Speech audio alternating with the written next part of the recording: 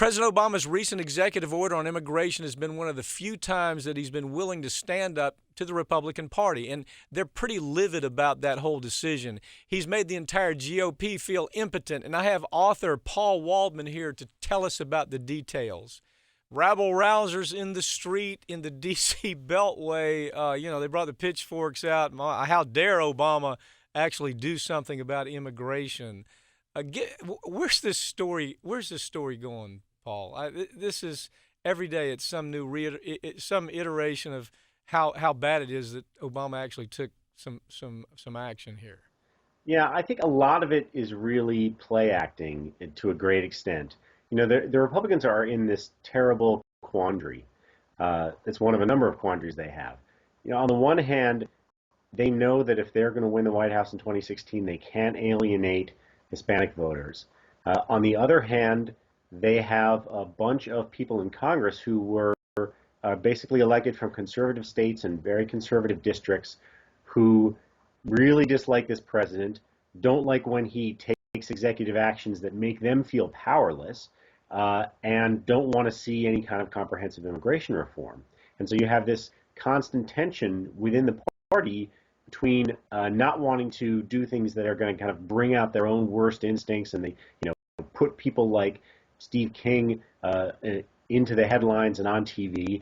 And on the other hand, they have to be able to make some kind of a powerful statement to satisfy those within the party who want to kind of strike back at Obama. So the question is, how can they do that? The irony is, this is kind of a result of what they have to live with because of gerrymandering. If you think about it, I mean, the gerrymandering maps look like let's try to take the folks who might be candidates for One Flew Over the Cuckoo's Nest and put them within our little district, and that's what the Republicans are having to live with. So now this is interesting. I'm hearing this concept coming from the Republicans that there ought to be something called self-deportation. Talk to me about that a little bit. What is self-deportation, and how does that tie up to what's happening in this immigration fight? Well, it's something that Mitt Romney said back in 2012, and that didn't go over too well with Hispanic voters. What it essentially means is that you make life miserable enough for undocumented immigrants that they decide to go back to the countries that they fled from instead of staying here. But the question is, how are you going to do that? We're talking about millions of people, and so that's a practical problem. But to be honest, the kinds of folks who advocate that generally aren't thinking too practically in general. They want to be able to make statements. They want to be able to express their displeasure and the displeasure of their constituents. As you say, a lot because of gerrymandering, a lot of them come from districts where it's impossible to find a Democrat. And so the thing that they need to do to keep getting reelected is to keep channeling that displeasure that their own constituents have, but that hurts the party on the national level. And so the idea that they're going to eventually come up with some kind of a solution is just a fantasy. And that's one of the things, you heard so many of them say, this is going to poison the well if Obama does this.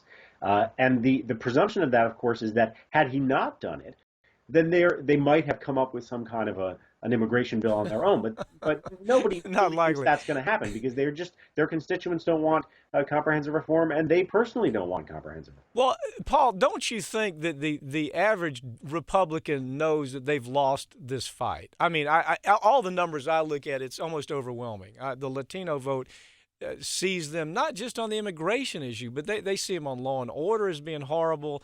They see them on safety net as being horrible, education. The Latino community is not just buying in to the fact that the Republicans have become dysfunctional only because of immigration. And I'm wondering, what is your observation about whether the Republicans can ever walk themselves back by maybe throwing up a candidate like that has the ability to connect with them? Ronald Reagan used to say that Latinos are Republicans, they just don't know it yet. And there's some degree on some issues where that might be true, that there might be some more social conservatism there. But the problem is you can never win over a group of voters if your party is constantly expressing a kind of fundamental hostility toward them and people like them. And for the average for the average Latino person, an undocumented worker who's in the country, that's not an abstraction. That's not, the spear point of some invading horde. Those are people. They know those people. They might even be related to those people. And so when the Republican Party is constantly expressing that kind of hostility, and it brings out so much ugliness inevitably when we have these kind of debates, you're just never going to get past that as a party with that group of voters if that's what you're doing. And so, Paul, let me ask you something. I think the corporate media has done an awful job trying to try to round out what is the Latino that's been put into this mess of. Do they go? Do they stay? What's the future like? Describe what a typical situation is out there. Well, what the people who are going to be covered by Obama's executive order have to have been in the country for 5 years or more. They have to be parents of someone who is themselves a child who is a legal U.S. resident or a United States citizen. And they also expanded the group of the quote unquote dreamers, people who came here as children. More of them are going to be able to stay too.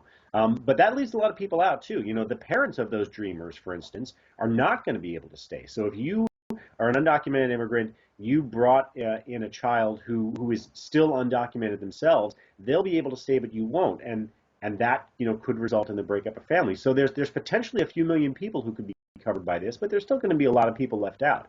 And that's leaving some uncertainty there. But we're still talking mostly, the people who are going to be covered, it's mostly about keeping families together. It's the parents of kids who can stay. What the Obama administration is saying, we don't want to break up these families and tear these parents away from their children. And so what you have then is a very sympathetic group of people who are receiving this new. Well, that's pretty ugly. That's pretty ugly film footage that I could visualize here, where the parents are being carted off, the children are here, or vice versa, whatever the situation may be. That's pretty tough for the Republicans to overcome here. And so what I'm wondering is, what are the candidates going to do in this next election? What are they going to say? We're for it. We're against it. I don't know. I'm going to go talk about it. It's almost checkmate if the Democrats have enough sense to use it, which they generally don't. Well, the Republican candidates are going to have a real problem, because on the one hand, this is obviously very unpopular with the Republican base, and not even so much because of the substance of it, but because of the fact that it's Barack Obama doing it, and doing it without the Republican Congress's permission. And so imagine now it's 2 years from now, or a little bit before 2 years from now, it's the heart of the election. And by now, you've got this group of people who have had this temporary status for 2 years. So a Republican candidate, on the one hand, is going to have to say to his base, oh, I'm terribly opposed to this. I want to undo whatever Barack Obama does.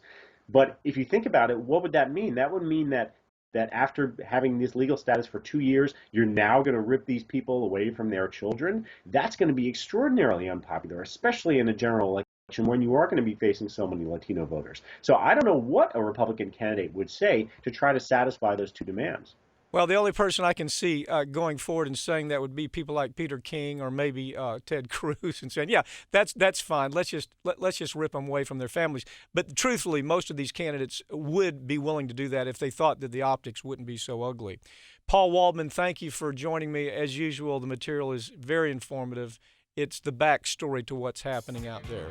I appreciate it.